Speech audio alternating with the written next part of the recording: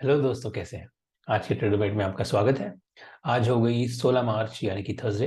Market का दिन निकल चुका है, तो देख लेते हैं आज क्या हुआ।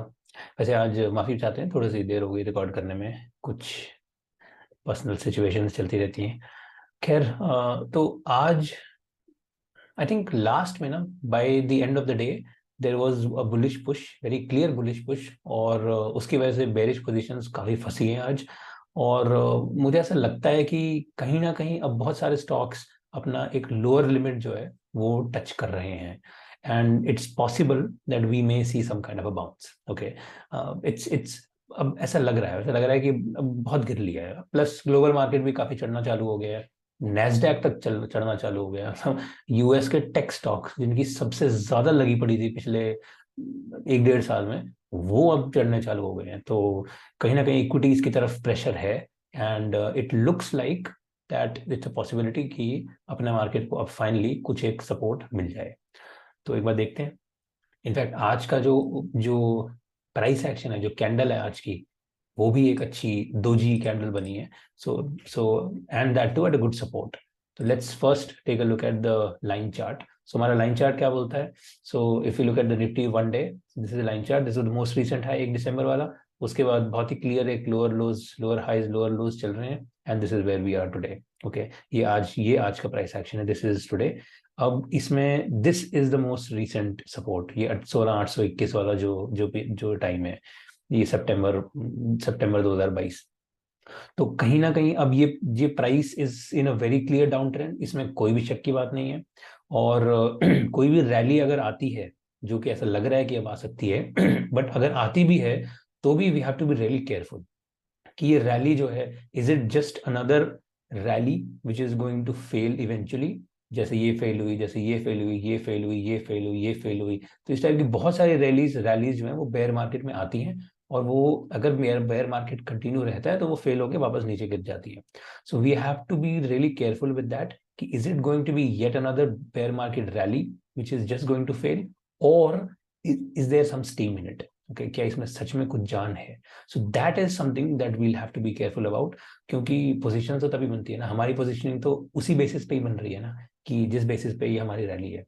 तो खैर चलो, अब आज का let's look at today's price action. So this is today's candle. तो आज एक अच्छी एक दोजी कैंडल बनी है, and that to at a reasonable support. मैं नहीं कहूंगा कि पूरा ये सपोर्ट तक पहुंची है, लेकिन ऑलमोस्ट देयर है। हो सकता है, आई डोंट नो ये क्या क्या ये पूरा यहाँ तक पहुंचेगा या नहीं, आई रियली डोंट नो। वैसे तो पहुंचना चाहिए। ठीक है, हो सकता है एक आध दिन कुछ और हो जाए, या फिर कुछ एक गैप डाउन हो, I really don't know. But एक एक अच्छी सपोर्ट पे प्राइस एक दोजी कैंडल बना रहा है। सो this is something like this, ये टाइम था। ठीक है, ये टाइम पे क्या हुआ था सितंबर में, यही एग्जैक्टली 16,800 की सपोर्ट थी।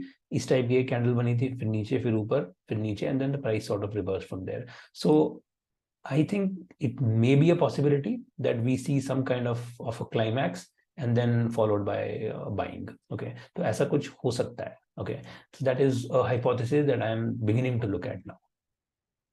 Same is the case with bank Nifty. अगर बैंक निफ्टी में देखें तो बैंक निफ्टी में the price is right somewhere near the 200 day moving average, but bank Nifty में the price is also formed a similar kind of doji. तो ये जो doji उसमें बना है, वैसा ही दोजी इसमें भी बना है, and this is also quite similar. दोनों चीजें सिमिलरली चल रही हैं। अब अगर कुछ स्टॉक्स देखें तो H D F C bank देखो। So H D F C bank में हमने क्या डिस्कस किया था? 1540 का एक बहुत ही इंपॉर्टेंट जोन था H D F C bank का, और कल ये 1540 पे पहुंच गया था। आज 1540 से हल्की सी कुछ एक बाइंग आई है। अब ये this is definitely not a sign of a change in trend. Okay, और one day does not make a trend anyway. So we'll have to be look for confirmations कि ये 1540 पे क्या प्राइस वापस ऊपर जाएगा कि नहीं। सबसे बड़ी जो चीज है ना, सबसे बड़ा फैक्टर जो मुझे लगता है एक ट्रेंड चेंज का कंफर्मेशन देगा, ओके, इज जब तक ये नहीं होता तब तक आप लिख के ले लो ट्रेंड चेंज नहीं हुआ है। ओके, जब ये होगा, जो भी मैं बताऊंगा, जब ये होगा तभी कुछ एक ट्रेंड चेंज है, तब तक नहीं है। अब मैं क्या चीज, क्या है ये, what are we talking about? This is hourly chart of Nifty. Okay, अब कितने ये सारे बड़े स्टॉक्स हैं, top 10 Nifty stocks, top 10 bank Nifty stocks, आप इनमें से किसी का भी चार्ट खोल लो, it's all the same. What are they saying is, जो इसका प्राइस है and this red line which is the 50 moving average. ये 50 मूविंग एवरेज से अभी बहुत नीचे है, if you can see this, okay. ये 50 मूविंग एवरेज है 17,300 पे, हमारा प्राइस है 17,010 पे। So we are 300 points away from the 50 moving average, okay, which is roughly what, अगर आप हम ATR देखें ना, एवरेज मूव देखें, तो 70-80 पॉइंट की एवरेज मूव है इसकी। तो 70 पॉइंट और 300 पॉइंट मतलब रफली 4 टाइम्स द एवरेज मूव के हम नीचे उतर चुके हैं, you know, from the 50 moving average. The 50 moving average जो है उससे 4 ATR नीचे उतर चुके हैं हम, okay. This is quite far, I mean we have reached a lot far. So the point is कि till the time the price does not cross this 50 moving average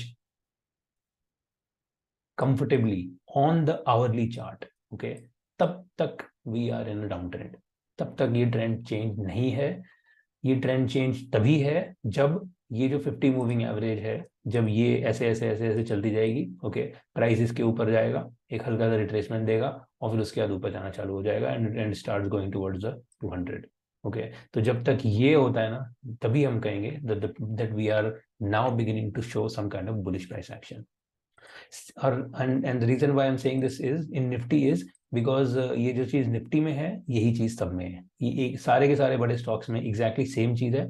I don't want to like go through the same charts over and over again, but if you just look at this, I mean ये देख, this is bank Nifty 1 hour, okay, वही same चीज है। Let's look eight Reliance, ये रिलायंस है, ये रहा 50, ये रहा रिलायंस, ओके। ये HDFC बैंक है, HDFC बैंक, ये रहा 50, ये HDFC bank. So it's all the same, okay, the price action is pretty much the same in all of these big stocks, and that's why I'm saying जब तक ये 50 moving average के ऊपर नहीं जाते आवरली पे, तब तक we are not in any kind of uptrend, okay।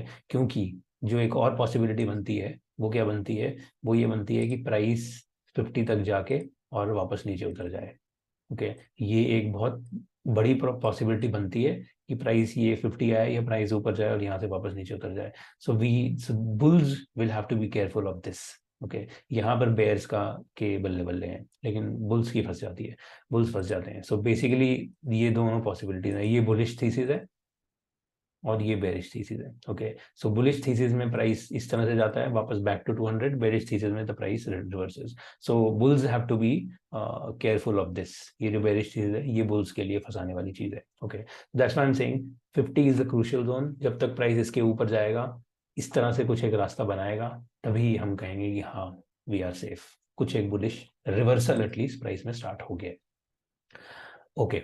Now let's look eight some other stocks. So for example Axis Bank, so Axis Bank एक already support zone पे already खड़ा है, okay, so Axis Bank is already at this kind of a support, ये पिछली दो support lines है इनके बीच में है।